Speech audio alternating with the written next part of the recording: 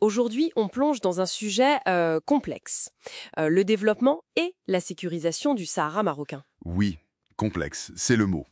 Une histoire longue, des liens anciens avec le Maroc, puis la colonisation espagnole, et cette décolonisation contestée qui dure. Voilà. Avec l'ONU, le Front Polisario, c'est un dossier toujours ouvert. Absolument.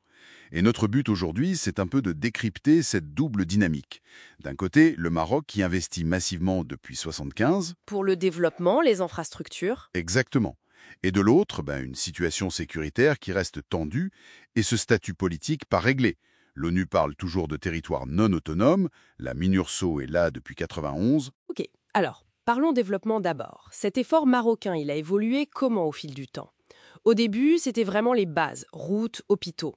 Et puis, ça s'est structuré. Une agence dédiée dès 2002 et surtout le gros plan de 2015, 77 milliards de dirhams, maintenant intégrés au nouveau modèle de développement. Et concrètement, quels sont les projets qui marquent le plus? Alors il y en a plusieurs qui sont assez emblématiques. La fameuse voie express Tisnit-Dakhla, plus de 1000 km, quasiment finie fin 2023.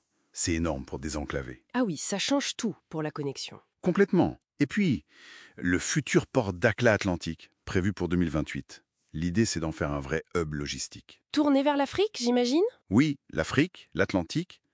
Et puis, il y a le volet énergie renouvelable. C'est devenu une vitrine pour le Maroc. Les grands parcs éoliens, solaires. C'est ça. Tarfaya pour l'éolien, Nour La Ayoun pour le solaire. En fait, plus de la moitié des projets renouvelables du Maroc sont là-bas. Sans oublier l'agriculture, avec l'irrigation, le dessalement. Le dessalement alimenté par l'éolien, près de Dakhla, c'est ça? Exactement. Et la pêche aussi, avec le plan Haliotis. C'est vraiment multisectoriel. Impressionnant sur le papier. Mais la question qu'on se pose toujours, pour les habitants, ça se traduit comment au quotidien? Alors là, les indicateurs socio-économiques y montrent une amélioration nette quand même. Le PIB par habitant, il est genre 1,6 fois supérieur à la moyenne nationale marocaine. Ah oui, c'est un écart significatif, oui. Et le taux de scolarisation, quasi 97%. L'accès à l'eau, à l'électricité, ça s'est vraiment généralisé, plus de 80%. Et la santé suit, CHU, faculté de médecine, Al Rayoun. Et l'emploi, c'est souvent le nerf de la guerre. Le plan de 2015 visait 120 000 emplois sur 10 ans. Après, il faut voir où on en est. Mais même l'OCP, qui gère les phosphates, Oui, l'Office chérifien des phosphates. voilà, ils disent réinvestir localement plus que ce qu'ils gagnent des phosphates de la région. Et recruter surtout des locaux. C'est une stratégie d'ancrage, quoi. D'accord, donc un effort économique et social réel.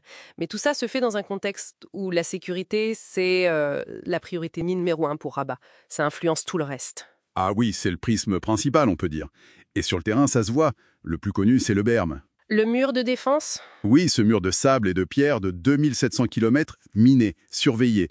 C'est un dispositif majeur. Mais il n'y a pas que ça. Il y a aussi la stratégie antiterroriste. Tout à fait.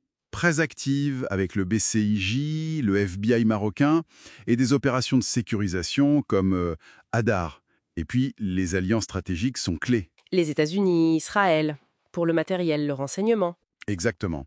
C'est crucial dans cette région. Et cette approche sécuritaire, elle est efficace ou elle a ses limites? Alors, l'Aubergium, c'est indéniable. Il a complètement changé la nature du conflit armé. Les grandes incursions, c'est devenu très compliqué pour le Polisario. Et le Maroc annonce souvent des succès contre des cellules terroristes. Mais il y a un mais, j'imagine. Bah oui, la situation reste fragile. Depuis l'incident de Guerguera, fin 2020, les hostilités avec le Polisario ont repris, même si c'est de basse intensité. Des escarmouches, des tirs. Voilà. Et puis la menace qui vient du Sahel, le terrorisme, le risque d'infiltration, ça reste une grosse préoccupation.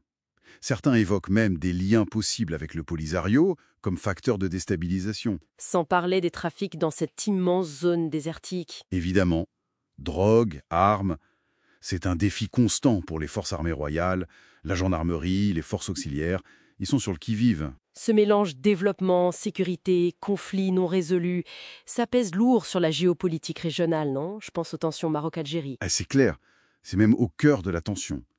Du coup, pour le Maroc, la reconnaissance internationale de sa souveraineté sur le territoire, c'est un enjeu diplomatique majeur. Et de ce côté-là, où en est-on? ça bouge. Ça bouge, oui. L'ONU, elle, reste sur sa ligne, une solution politique, réaliste, pratique, durable, mutuellement acceptable, la formule habituelle. Mais des pays importants ont pris position. Oui, et c'est ça qui est nouveau. Les États-Unis, puis l'Espagne, la France, ils voient le plan d'autonomie marocain comme la base la plus sérieuse, réaliste et crédible. C'est un soutien de poids. Et en face, En face, l'Algérie ne bouge pas. Soutien total au Front Polisario et au principe d'autodétermination. Et puis, il y a ce mouvement tactique des consulats. ah oui, l'ouverture de consulats à La Ayoun et Dakhla. Voilà. Plus de 20 pays, surtout africains, arabes, d'Amérique latine. Pour Rabat, c'est une victoire diplomatique, une forme de reconnaissance de fait. Malgré ce contexte compliqué, le Maroc voit grand pour l'avenir de la région. Hub d'énergie verte, carrefour commercial. Le potentiel est là, oui. Le soleil, le vent, la position géographique, c'est indéniable. Mais les défis pour que ce développement soit vraiment durable, ils sont énormes aussi. Comme quoi, par exemple? La gestion de l'eau d'abord. C'est une zone aride, hyper aride même. L'inclusion de toutes les populations locales, y compris sahraouis, dans les retombées économiques, c'est fondamental pour la paix sociale. Et l'environnement, j'imagine. Bien sûr, protéger cet écosystème désertique fragile. Et puis, le défi numéro 1, ça reste l'incertitude politique.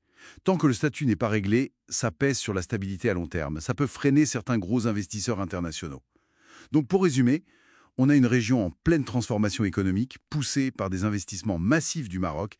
Oui, une vraie métamorphose par endroits. Mais en même temps, la sécurité, la stabilité, tout ça reste suspendu à un conflit qui n'est pas résolu et à une géopolitique régionale toujours tendue. C'est exactement ça. Ce qui nous laisse avec une question un peu fondamentale finalement. Est-ce que tous ces efforts de développement, aussi colossaux soient-ils, peuvent suffire à garantir une stabilité durable si la question politique de fond n'est pas réglée d'une manière acceptée par tous? Ou est-ce que cette incertitude va continuer de limiter le potentiel de la région? Texte.